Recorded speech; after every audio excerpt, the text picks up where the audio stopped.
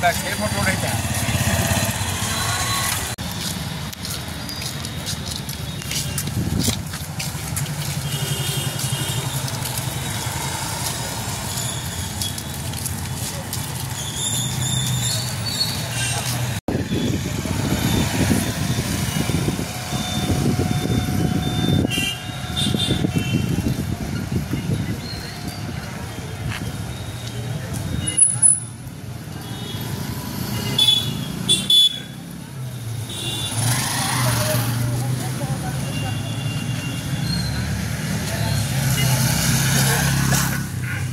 মোম জ্বালাইতেছে। জানি জম্মু কাশ্মীরে আমাদের মাঝে উপস্থিত আছে আমাদের বিএনএসের কার্যকর্তা সমীর দাস মহোদয়। নমস্কার।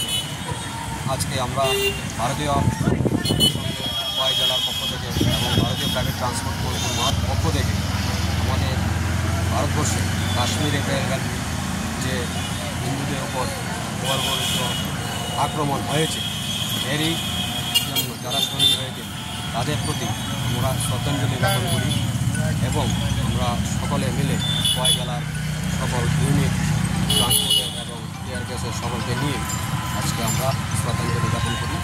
আজকে অনুষ্ঠান আমরা এখানে কাশ্মীরের পেহেলগ্রামে পাক মদতপুষ্ট জঙ্গিদের দ্বারা যে নৃশংস বর্বরচিত হত্যা সংঘটিত হয়েছে, এতে আমাদের 28 জন ভারতীয় নিহত হয়েছেন।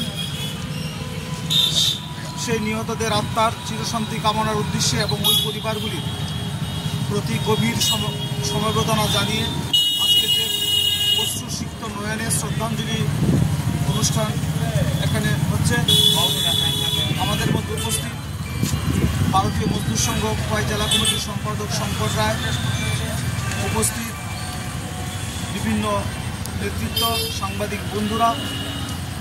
আমি আজকে আপনাদের এখানে উপস্থিত হয়েছি এবং এই যে কার্যক্রম চলছে সারা দেশে সর্বত্র যারা সুনাগরিক, যারা রাষ্ট্রবাদী, যাদের এই বর্বরচিত যে ঘটনা হয়েছে, আমরা সুনাগরিক হিসেবে সবাই নিন্দা জানানো উচিত এবং দেশ মধ্যে একটা চক্রান্ত করার জন্যেই সেখানে এই ঘটনা করিয়েছে পাক মদতপুষ্ট সন্ত্রাসবাদীরা।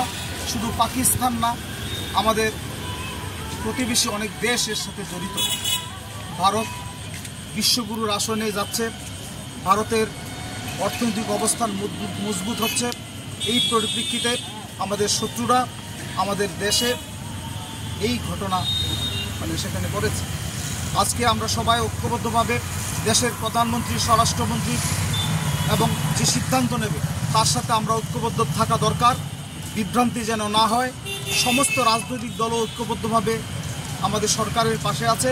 আমরা চাই এর একটা বিহিত হোক এবং মোদী সরকার একটা গুরুত্বপূর্ণ সিদ্ধান্ত নেবে এবং যে সিদ্ধান্তই হোক আমরা সেই সিদ্ধান্তের সাথে আমরা দেশবাসী হিসেবে উপস্থিত থাকবো এবং ভারতীয় মজদুর সংঘের যে শ্রমিক ভাইরা, আপনাদের পরিবার, সবাই আমরা এই সরকারের সাথে থাকব।